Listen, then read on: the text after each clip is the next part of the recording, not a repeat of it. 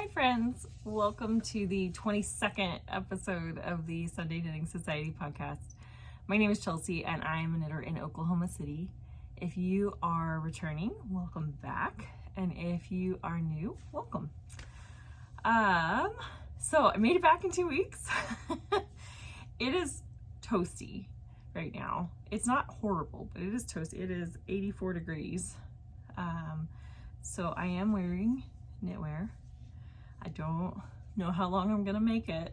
I'll probably make it through this. It's not that bad, but I will not be wearing this all day. It's a little too warm for that. I hope you guys have had a really good couple weeks. I hope you've got lots of time for knitting and outdoor stuff. Yeah, we've had really nice weather actually. It's been warm, but it's not as warm as it normally is this time of year.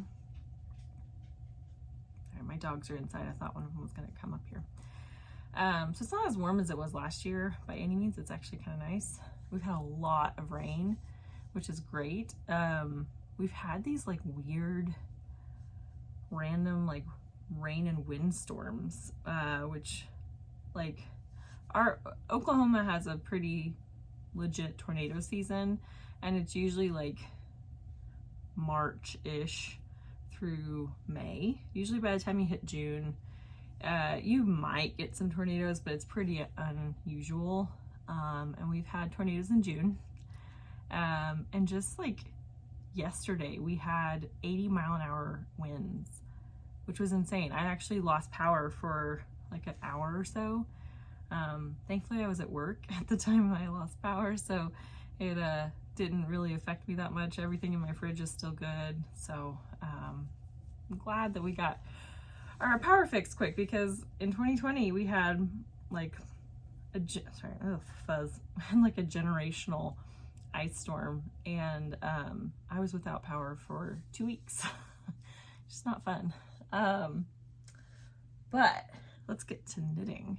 I have a lot this week. I have a whip parade. I have been casting on with reckless abandon, and I have 2 FOs, which is exciting, and then I have some plans.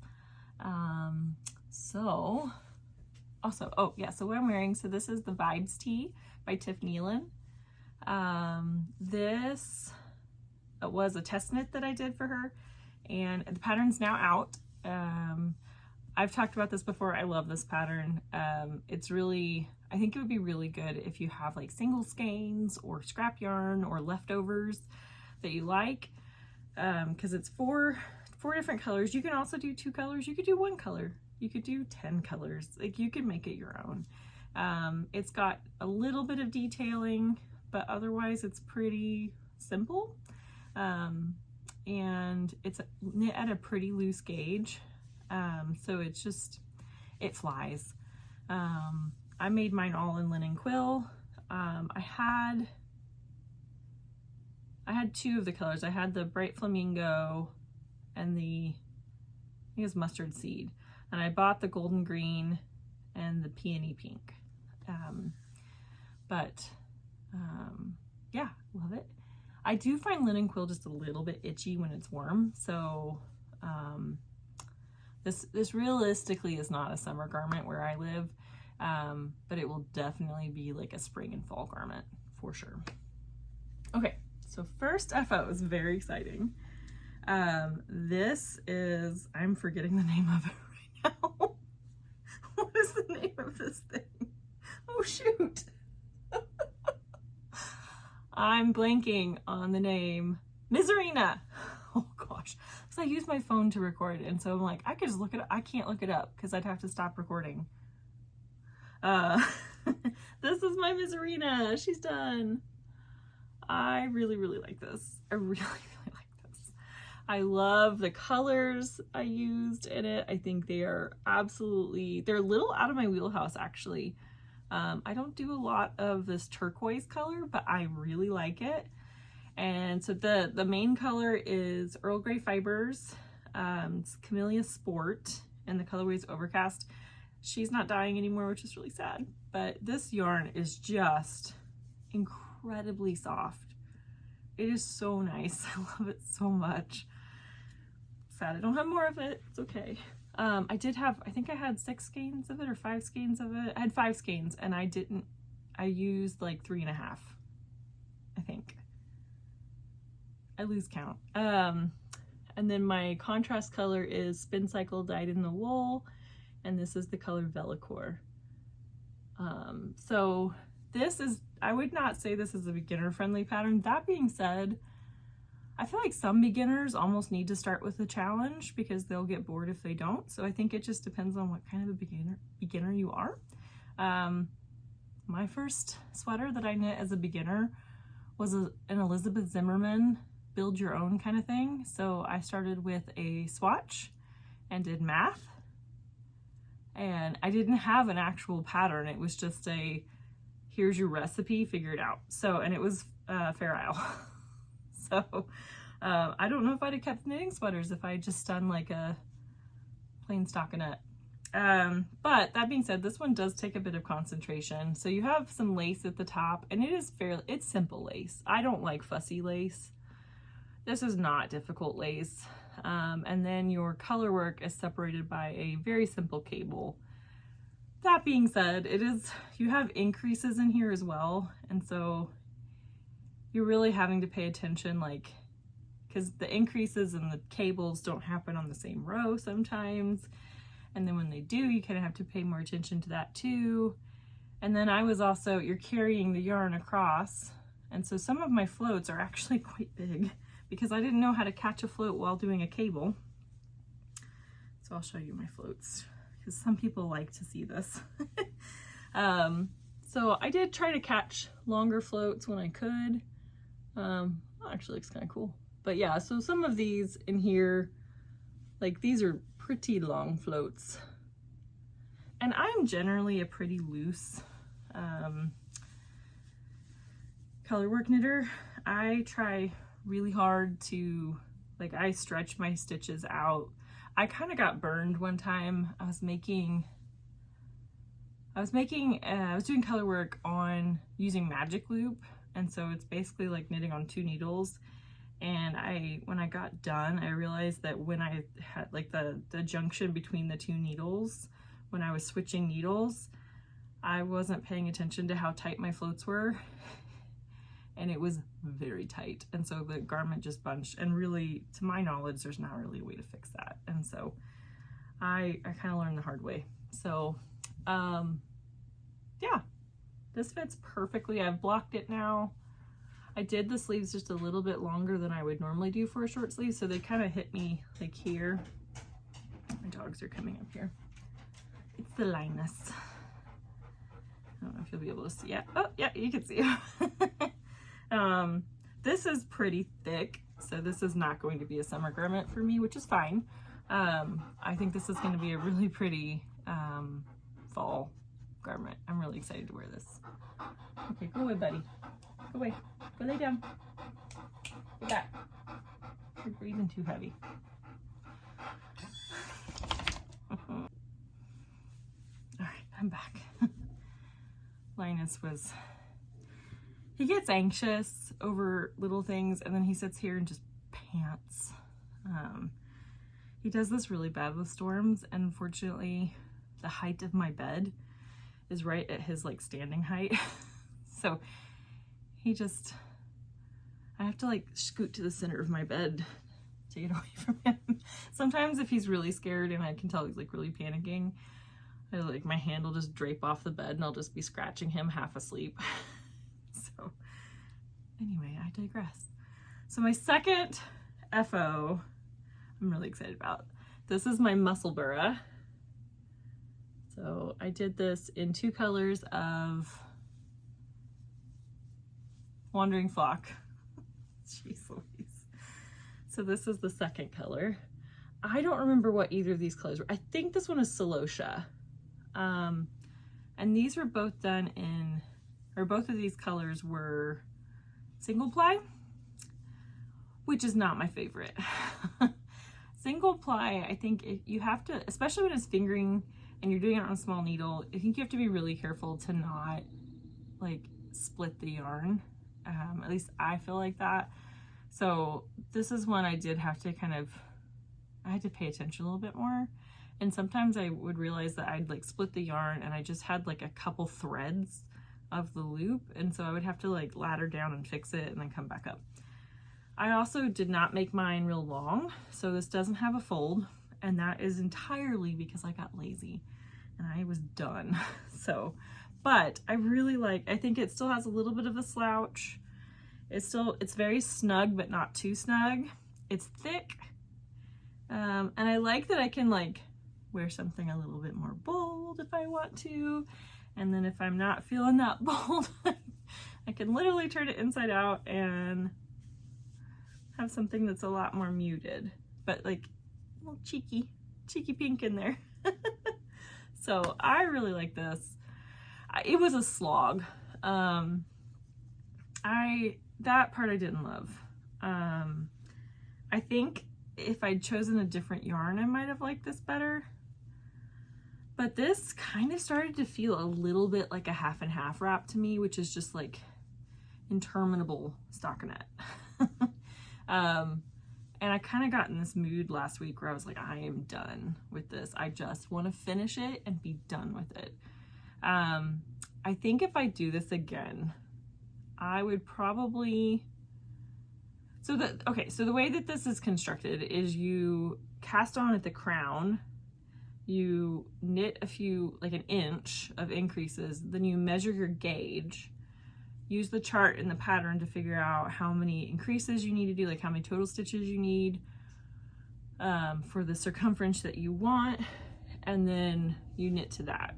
And you knit to a certain length, then if you want to change color, you change color. If not, you just keep going until you hit a certain length, and then you do the decreases. So it's essentially like a big tube. So it is nice if you don't know what the gauge of your yarn is.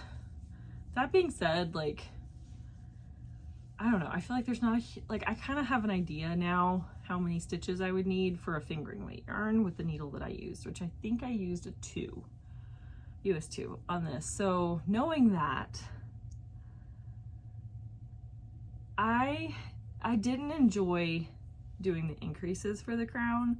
I much rather do decreases to the crown. So I think I would actually do a provisional cast on, start here, knit up to a certain length, do my decreases, then put my live stitches back on and do the opposite. I just think I would enjoy that more. Plus, I feel like you can, I don't know, I guess you can try on top-down hats too. So it's just preference. Plus, like, it just looks really weird for a while when you're doing a top-down hat. And I feel like it's harder for me to like see it as a hat instead of just like this weird little head covering. But I will probably make another one of these. I'm really happy with my color choices. This yarn is divinely soft. It is so nice. But I would like to do it in a regular plied yarn and see if I like that better. So that is my Musselburgh. And that's all my FOs. So get ready for the whip parade. And get some coffee. All right. Let's start with the little one. So, I think I mentioned this a while back. I have a friend named Rachel who's very, very dear to me. And she just graduated medical school and moved away. She moved to Utah for her residency. And I miss her a lot already. But I offered to knit her some socks.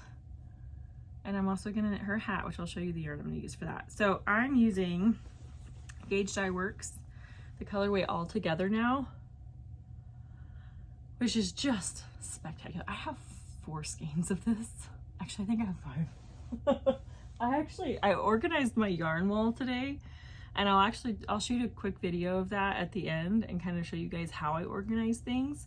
But yeah, it's interesting finding a bunch of these. So I've just started. I did the cuff, and I'm using a US 1.5 and 64 stitches. Yeah, I did 64 stitches. I don't do any fancy cast on, but I have been lately doing like a pretty loose cast on, just so it has plenty of stretch. Because that's one of the problems I've run into with my own socks in the past, is I have pretty big calves. And so my ankle and my feet are fairly skinny, but my calves they're not quite cankles, but they're healthy. So when you do like a 6-inch sock, like it fits fine at the ankle, but above my calf, it's like, it's kind of hard to get on. But I didn't really want to like have more stitches and do a decrease, because then the sock looks weird. So I've just been doing stretchier cast-ons, just a regular long tail cast on, but being very mindful to do it loose. And then also to knit my first couple rows kind of loose. And I think that's worked fine. So I'm taking a trip next week. I'm going out to see my grandparents in Arizona, and I will have a pretty decent plane trip. I'm flying Delta because I'm a Delta snob, and I think there is a flight from Oklahoma City to Phoenix with Southwest that's a direct flight. But I also had a ton of points with Delta, and so I actually got my flight for free.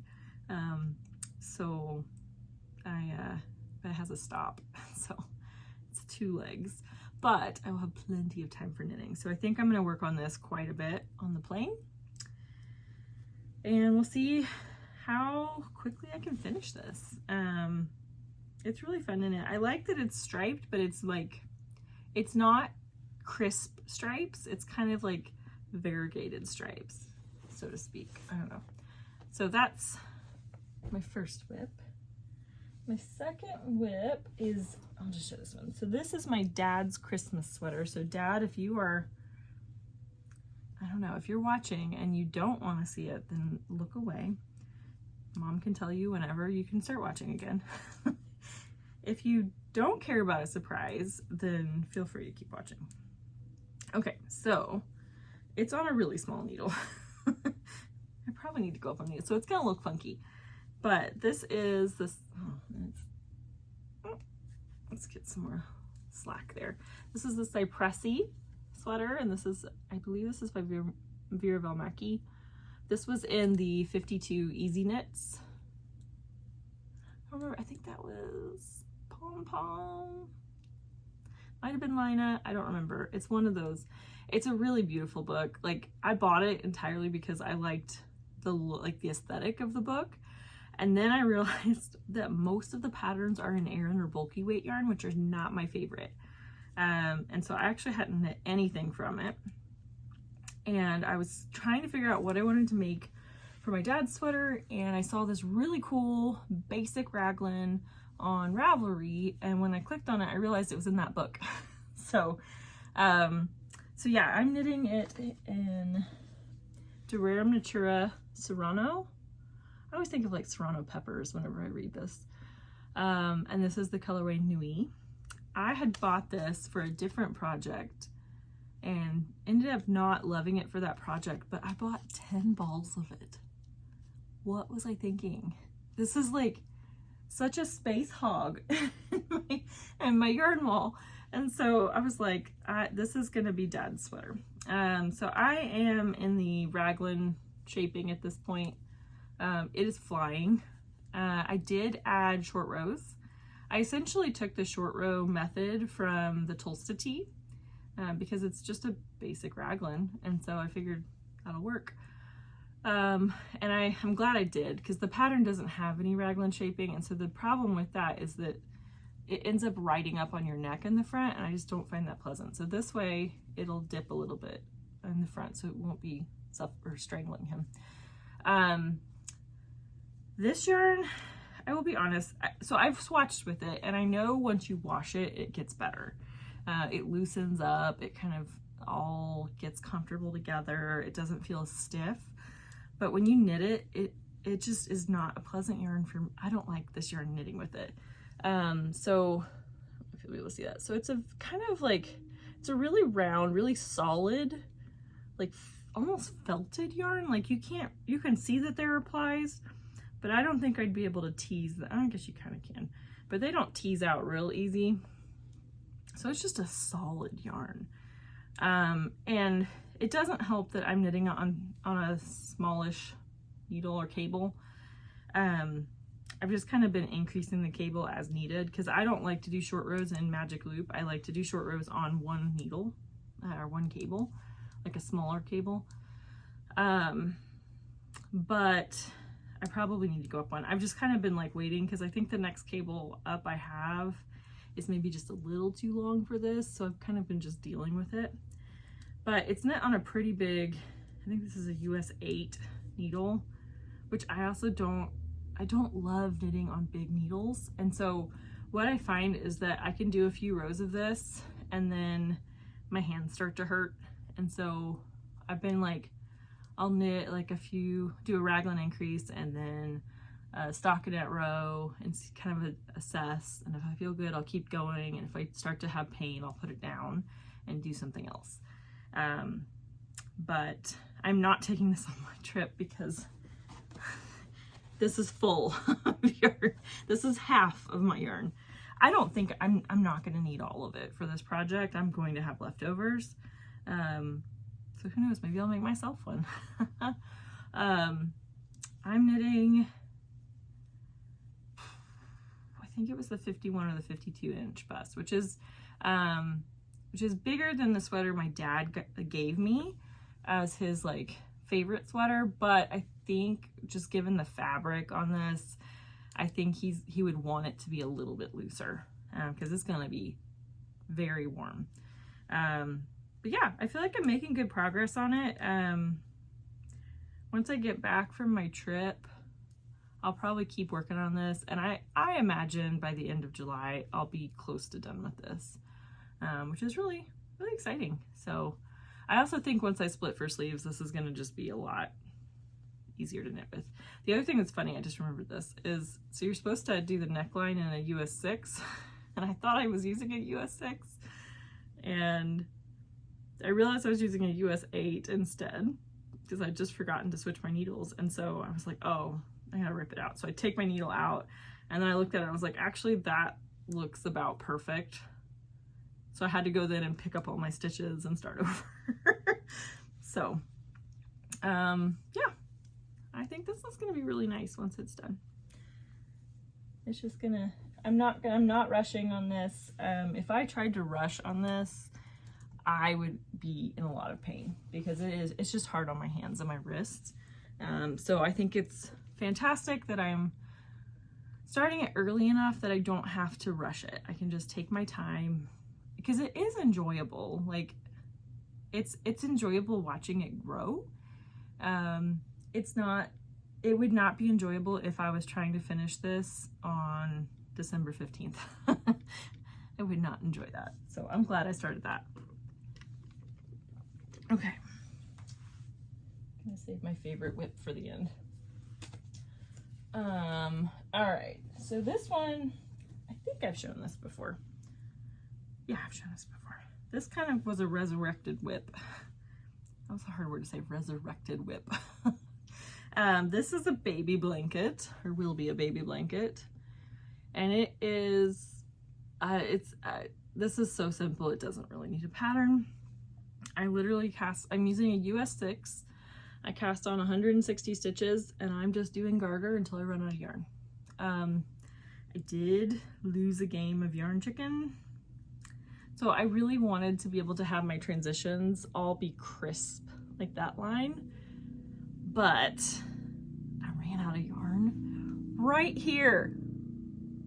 If it'll show. Yep. So you can see my one little row and I don't care. It's close enough in color and short enough that we're going with it. So I'm using a set from Moonglow Fibers, I believe. I got rid of all my tags, but it is a Christmas kind of like Candy Cane Lane set.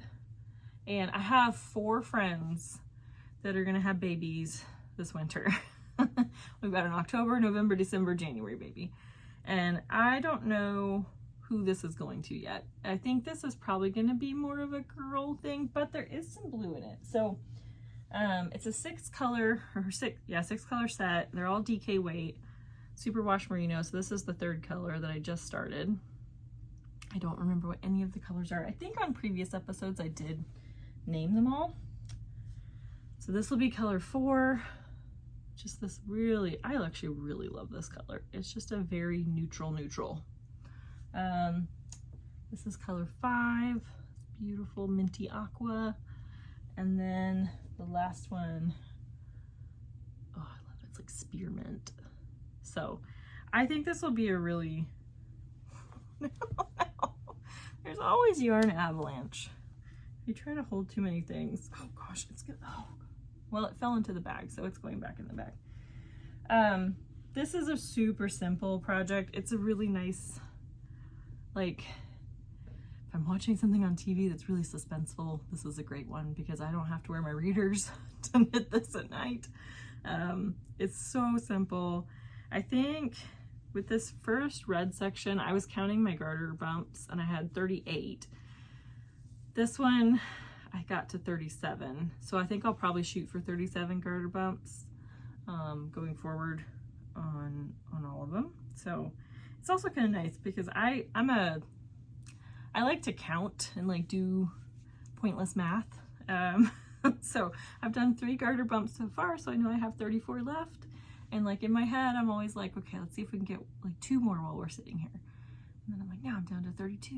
And I don't know if anybody else's brain works like that, but my brain likes to have something to count.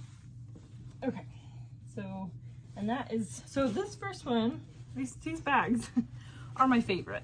Hands down. These are Fat Squirrel, the Fat Squirrel bags. This was a Christmas bag, and it's just, I love it so much. I don't even care that it's not Christmas. I'm going to keep using it.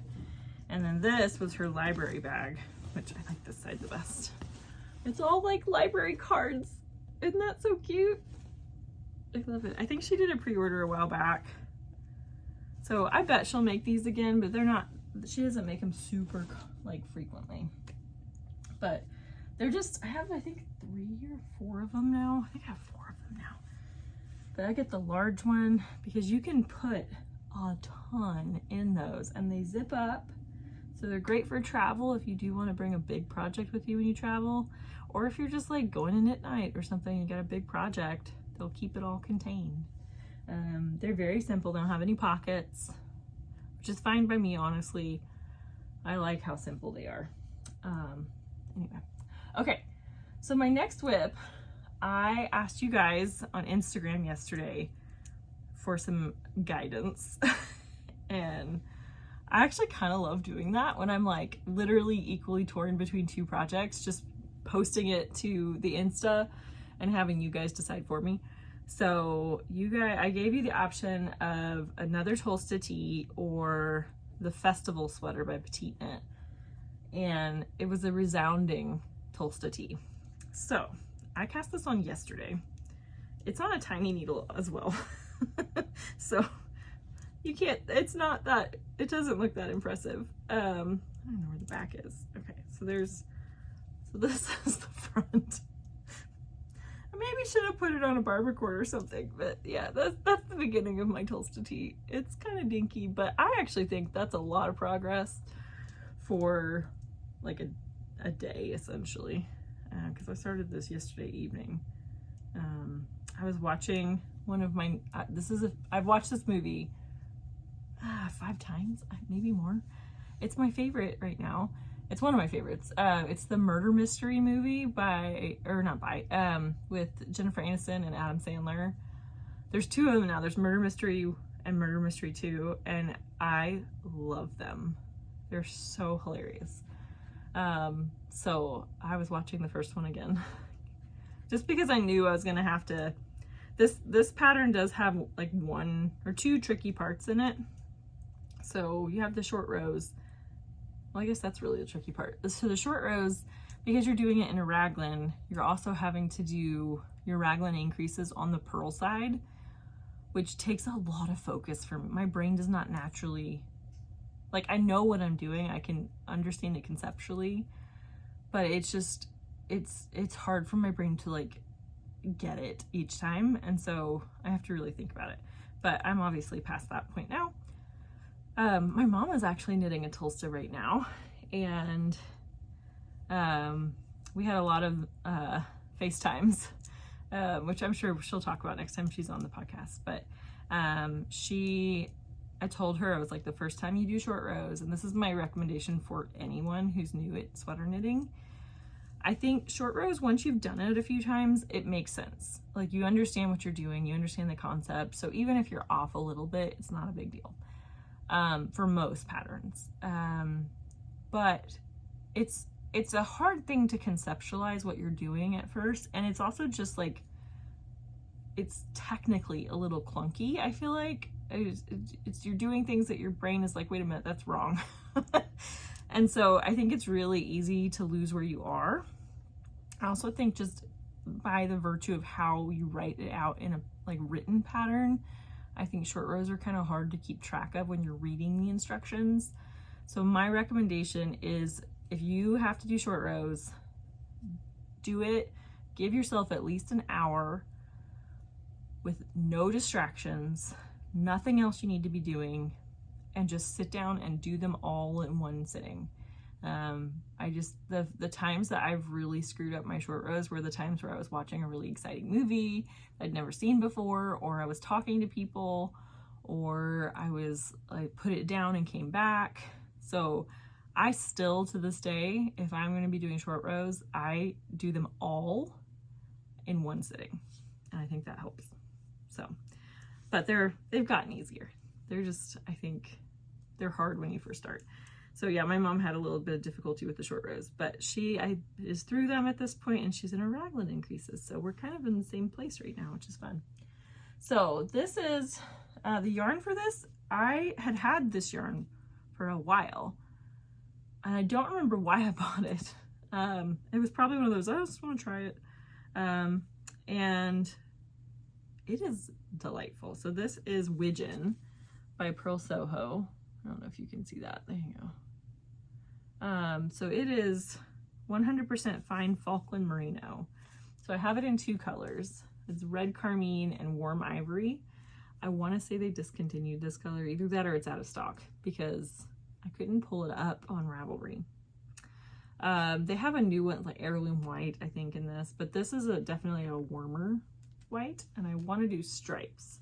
So I have 2 skeins of the red and 1 of the white. I haven't started the stripes yet, partly because I'm trying to do some good yarn management, because I only have 1 ball of the white.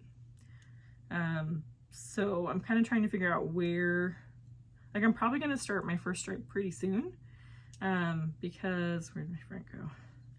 I'm like 1.5 inches into the front underneath the collar. So the collar's 1 inch, so we're like 2.5 inches from the top. So I feel like that's maybe, I don't know. It's not easy. It's not a good idea to use this sweater as a comparison, because this is a circular yoke. So imagine raglans. And I don't know what kind of stripe I want to do. So I've seen some of the Tolstas where they have main color, and then they've got a skinny stripe, a main color, skinny stripe. And so they have like a little trio. Oh, I'm kidding. Sorry, I'm expecting a very big package, say knot yarn. But I think they just pulled up. Okay, a second. Yep. I'm getting luggage. I had luggage, but I still have one of them, but they were just awkward sizes, and they didn't work. They were too small. One was too small, one was way too big. And I learned my lesson traveling on trains in France with a massive suitcase that is never a good idea. So I sold one of my suitcases. One of them, we'll see if I ever sell it. But I went ahead and ordered some new ones that are like more like a bigger carry-on and a smaller check suitcase. So I'm gonna have to go down there and get them, because I don't want to leave them on the front porch. Anyway, so the stripes. So I don't know what kind of stripes I want to do. So I might do like a little trio stripe. I might just do like kind of like chunkier stripe. I don't want to do like equal stripes. I'm already past the point of being able to do that. But I don't know, I may just start and see what I like. So this yarn is incredibly soft. The other thing with this that is very not my norm is I'm not swatching. No swatching. I guess I just kind of figured, like, I feel like the neckline is pretty wide, so the neckline's probably going to grow. I think if I really hate that, I could probably go in and, like, you can do, like, a crochet reinforcement, I think, to tighten a neckline, or I could just reknit it. But I kind of figured once I get to a certain depth, I'm going to put it on a scrap yarn or a barber cord and try it on and see how I like it, and just kind of periodically do that until I get to where I feel good splitting the sleeves. So I feel very confident in my ability to modify a basic raglan. So that's why I didn't swatch. Also, I don't have a ton of yarn and I didn't want to buy more, and so I was just trying to conserve the yarn that I had. So I'm gonna go get my package from the front porch and I'll be right back. All right, I'm back. I love you guys so much that I didn't even open the packages. I just moved them inside. I'm gonna look at them later. So, okay, so that is all of my whips. So what I have left are plans. So let's start with the easiest one, because this one I've talked about before, and it's just a small, nice project, so I'm probably gonna bring it with me on my trip. So this is the hat, or the yarn for the hat, for my friend Rachel. I think this is going to be such a good color on her. So this is Knitting for Olive, merino, and soft silk mohair, and the colorway is Dusty Sea Green. Oh, I love this color. I want a sweater in this color. So I'm going to make a hat for her. I think I'm probably just going to make, there's one in my queue. It's not new, but it's in my queue. I think it's a Jody Brown hat, and I really like it.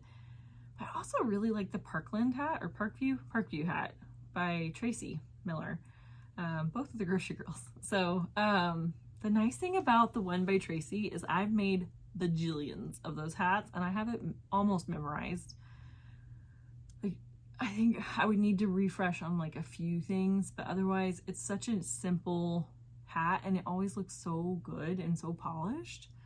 So I think this looks good with my nails. Yeah, I'm gonna need a sweater in this someday. Oh, looks so nice. Okay. Yeah, so this is coming with me on my trip. So I think I'm gonna bring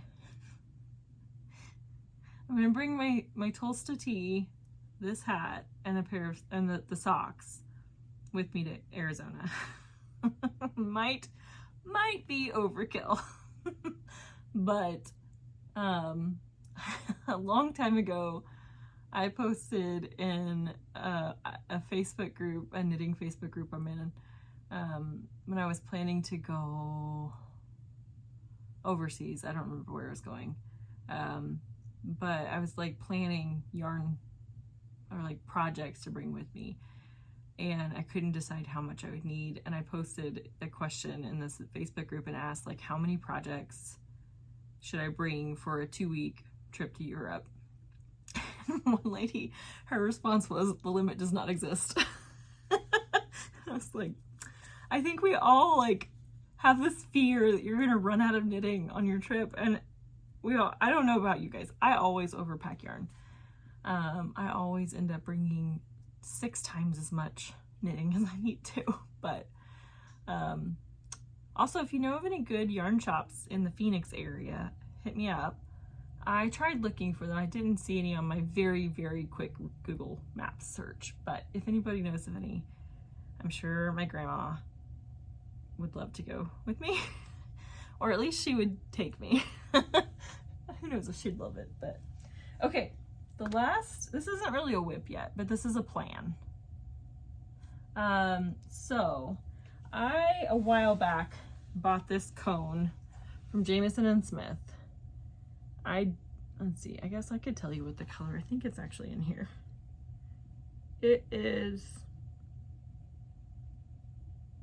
they put a sticker, oh yeah, it's color 3051.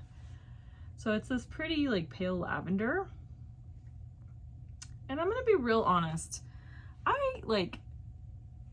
I put a lot of thought into what cone to buy because I bought this from Jamieson & Smith. I believe I bought it during Shetland Wool Week. I don't know why I decided to buy it during like probably their busiest time of year. But I was only gonna get one. I think I got one in like a couple little like 25-gram balls. This is the 2-ply jumper weight. And I agonized over what color to get.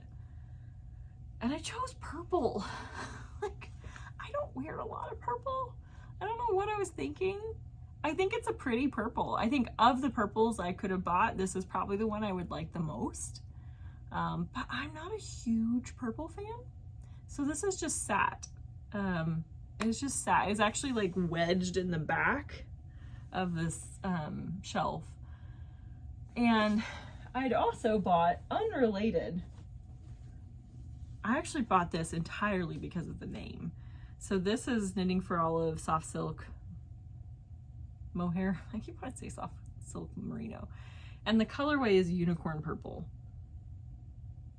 I don't know if it's actually, like, I mean, I just, with a name like that, I bought a sweater's quantity of it.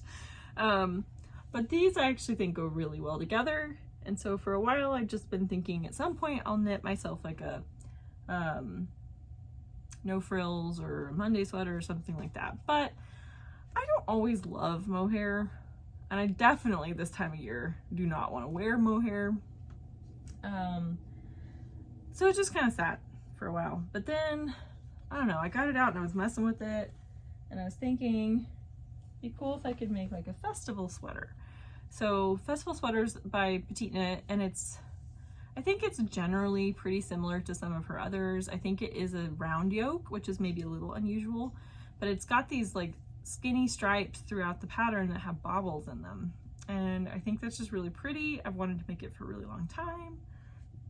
And so I thought, okay, if I use this as my main color, and I kind of hemmed and hawed about what to use as my contrast color, and I actually had several different options that I was thinking about, and I was about to buy some extra yarn, and then I kind of had to stop myself and be like, you have so much yarn.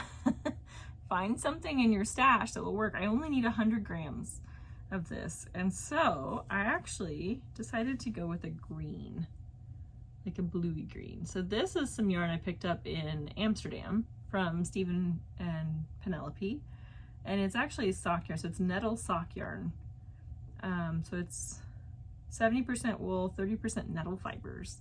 So this is 50-gram ball. I bought 2 of them thinking I would make socks out of it. But they just kind of sat there, and it's so soft that I've kind of debated. I'm like, I don't know that that would make sturdy socks, and it might. Maybe I'm judging it too early. But I also had all this magpie feather, and this colorway is magpie.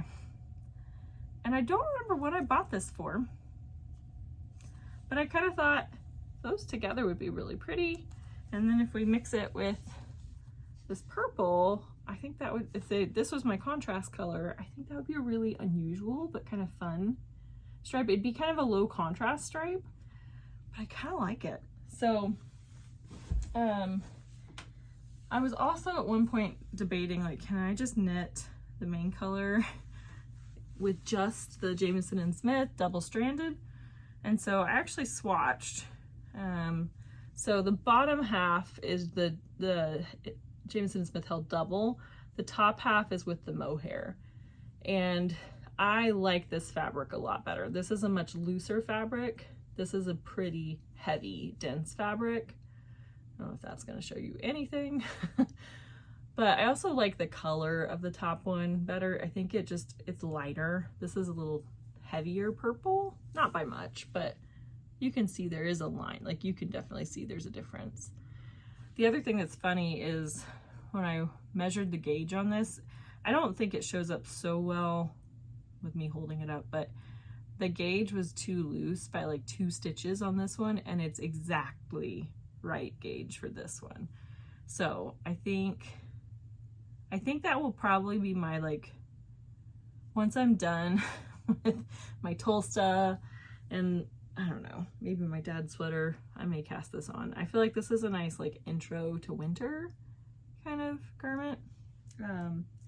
So, and I was gonna bring this actually. If I cast this on, I was gonna bring it on my trip, but like, there's so much yarn. I actually didn't have a project bag big enough to hold all of it. So I have like this giant Athleta bag that they gave me one time. I also just like, didn't really want to travel with a cone of yarn. And yeah, you can wind off yarn from it, but again, like the whole point of having a cone is that you don't have to have any ends. So I didn't want to do that and then have ends to weave in later. Okay, that's all my knitting. I am going to show you guys a little tour of my yarn stash and kind of how I've reorganized it, because I changed a few things. But I also, like, I know it's good periodically to move your yarn to prevent moths. I've never had a problem with moths. Actually, I take that back. I once had a problem with moths, and it was when I stored them in a wicker basket, or like rattan basket or whatever. And it was, actually, I don't think it was even at this house. I think it might have been at a previous apartment. And it was just, the storage was, my storage at that time was just throw it in some totes and stash it around the house. and I had room to actually put it all in one place. But I think the other thing that's up here, because I'm on the second floor of my house and it gets warm up here. Like in the summer, it is really not pleasant to be up here for very long. That's why I film these things in the morning, and I'm like starting to sweat. But I think the heat also is just not real hospitable to moths. So, but I wanted to take everything off the shelves, reshuffle it. I think that's also, it helps in two ways too. It helps you remember what you've got, because maybe something got tucked behind and you forgot, you're not seeing it. But I also like to rearrange the colors a little bit every time, just to, I think that gives you fresh inspiration, because when you're always seeing the same two colors next to each other all the time, I don't know, it can get a little stale. And so I think by shifting how I organize the colors, I get new pairings that I hadn't seen before, and it's nice. So, let's see, what else? Got a little life chat. Running's been going great. I did not run this morning because my very, very long marathon training program starts tomorrow. Technically it was supposed to start Monday, but I have something Monday evening and I knew I wasn't going to be able to run. So I decided to start it on Sunday. I will be doing training runs in Arizona in like 115 degree heat. No, I will not be doing it when it's that hot. They are an hour behind us. Yeah, so I normally wake up at 5 a.m. It's just, that's when my body likes to wake up. When I don't have an alarm set, it's 6 o'clock. Just natural alarm clock. So I figure if I don't set an alarm clock while I'm over there and I wake up at 6 o'clock my time, it'll be 5 o'clock their time. So I doubt my grandparents wake up that early, but I'm pretty sure I could convince my grandma to drive me down to a track so I could run. I am a hamster at heart. I like a track or a treadmill. I do not like having to think about where I'm going. I will get lost. So I know there's like a high school track pretty close to where they live, so I'm pretty sure we can, because I've run on it before. Actually, the very first marathon I ran, we were out at my grandma's house for Thanksgiving. Yeah, I think it was either Thanksgiving or Christmas. It was one of those holidays. And I needed to start my training plan. And so we, like a whole bunch of us from the family, went down to that track, and they just kind of walked laps while I ran laps. And so it's kind of funny that my first marathon program started while I was out there. And now my third one is going to start while I'm out there. So I think that would be fun. I have to do like 4 runs while I'm out there, I think. 3 or 4. I might try to get one done before I leave. Although when I'm gone, the weather here is supposed to be like not just in the hundreds, but in the high, like 108. Like that is really hot for us. Last summer was awful. It was like one of the worst summers I remember, and I think like the entire month of July we were over 100 degrees. I want to say maybe even part of June and part of August. Like we did not dip below 100 for a high. It was awful. This year we've been really fortunate we haven't hit 100 yet, and we're at the end of June. So anyway, lots of rambling about weather. But the nice thing about Arizona is it's dry heat, so humidity is just gross, but dry heat is nice. And my grandma has a pool, so I will get to swim. I'm sure she'll swim too, but I will get to. Yeah. And then Tour de France starts July 1st. I'm going to be out there with my grandma when it starts, and I'm not going to make her watch, or my grandpa, I'm not going to make them watch Tour de France with me. But I will be back the week it begins. I think they usually begin, like, they don't maybe begin with the time trial, but there's usually a time trial pretty early, and that's less coverage. Those are shorter rewatches. So I will probably wait till I get back home and then just binge watch what I missed. And I'm gonna try to do the Tour de Fleece this year. I have plenty of yarn or fiber ready to be spun. Just haven't really felt like it. I mean, I'm starting to feel like it more. Like I kind of want to get back into it, but I just like knitting better. But I'm gonna try with the Tour de Fleece to do at least 30 minutes a day. That's gonna be my goal. Is when I watch. The problem is I can knit and not look at it, and so I can actually watch the coverage of the Tour de France.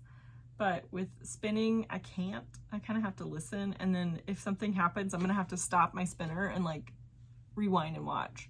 So we'll see how that goes. That's why I'm not like committed to like spinning the whole time I'm watching the Tour de France. Plus, sometimes the coverage is like 6 hours, and so realistically, if that happens on a weekday, I'm not gonna finish it. So nobody tell me what happens. I'm gonna be probably behind the whole season. I don't want to know, but I'm rooting. I'm a big fan. Actually, I'm a big fan of all of them, but I really like Tadej Pogačar, and I really want him to win. I like Jonas too. Jonas Vingegaard is awesome as well. If you don't watch cycling, I'm sorry. This is all gibberish and makes no sense to you. And it's completely unrelated to knitting. Yeah. Well, I think that's probably it for me this week. I will try to be back again in 2 weeks, hopefully with lots of knitting. We'll just see how it goes. And I hope you guys have a really good couple of weeks. I hope the weather isn't horrible where you are. I hope you get some time to knit and enjoy friends and family and do what other fun things that you find to do. And I will see you guys in 2 weeks. Bye. Okay, welcome to my yarn storage. So I have 2 shelves from West Elm. It's the Mid-Century Modern collection, which is, if you saw the rest of my house, it's like a third of my house is from West Elm.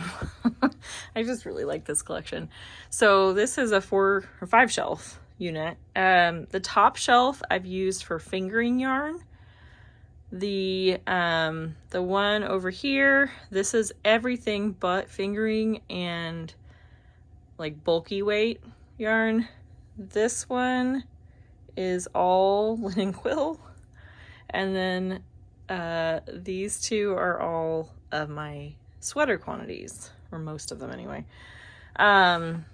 So I like to organize them by color. So I have all my like creams and warm colors here, and then I have more of my cooler colors here. This time when I reorganized things, I decided to put all of my fuzzy yarns in one place, just because I was finding that, like, especially these little ones from Pearl Soho or some of my other ones that are smaller, were just kind of getting lost. And then there were some that I bought to use together. So like this one, this one, this one. Oh, there's another one. There's another one somewhere. That's ironic. But I bought like 4 of these to go together, and they're different colors. And so when they were spaced out on these other shelves, I would forget about them. And I also didn't realize I had so much mohair and alpaca. So now I know I have lots of it. I also find these like balls of yarn really difficult to put in this format. And so I have a couple wire bins. I think these were from the dollar aisle at Target years ago. So I kind of use them for that. And I actually had completely forgot I bought these. If you can hear the tornado sirens. It's noon on a Saturday in Oklahoma, so the tornado sirens go off. There's no tornado. That's just they're testing them. So that's new. I also decided to put all my spin cycle in one bin this time, just to kind of keep it all in one place and help me organize it. The other thing I did different this time with organizing is I chose to put all my sweater quantities in a lasagna format. So normally what I would do is just have, like, if this is all one sweater quantity, I would clump it all together and then just clump them in color order. But sometimes one of them will get shoved back, and so you can like miscount. And I don't know, I just kind of decided to try it differently. This way I can kind of count how many I have, and I know that, like, I don't know, it makes it easier to see my sweater quantities. I also just think it looks fun. So done that over here too. I'd actually like finished this whole row and then realized I had this on the bottom shelf. I was like, dang it. So these are some of my sweaters. I've run out of room for sweater storage, so I think what I might do is go through these, I don't know, and like pick out the ones that I know I'm not going to wear and either sell them or give them away. So we'll see what I end up doing with that. Down here, I've got some Manchelope, and these are 2 bulkier sweaters. These are 2 cones that I have. This is some other bulkier, and so that's the rest of that Serrano from my dad's sweater. And then I have some Gilead. And then I put all my self-striping yarn down here. And then this is actually 2 other sweater quantities, but they were in the like balls format. That sounds weird to say. They're in balls instead of like skeins, and so they're just a little harder to organize. So that's this, and there's one other spot. Okay, so this is the dresser where I keep all of my scraps. Right now it's housing all my t-shirts because I don't have room on my shelves for them, and then some bobbins with already spun plies. I also have all these swatches, and I think I would like to make a quilt. This isn't actually all of them. I have a few more somewhere else. I just have to find them. But, and I've got my little, sorry, I just walked backwards and tipped over my coffee cup. So this is a dresser. This dresser has had a long and storied life. My best friend bought it in college off Craigslist. Yeah, don't mind the mess over here. She bought it off Craigslist. It was black. It looked really bad. She gave it to me when we graduated. I literally got a Sharpie and just went in and like colored in all the spots that the black had chipped off. And then a couple years ago, I just decided I wanted to repaint it. So I like sanded the heck out of it to get it down. And it's a cheap dresser. Like, it looks pretty, but this thing is made of cheap materials. So we'll see how long it lasts. But in the top drawer, I have some shawls, some hats, some wraps, and then my socks, which honestly, they look really disheveled. They're not.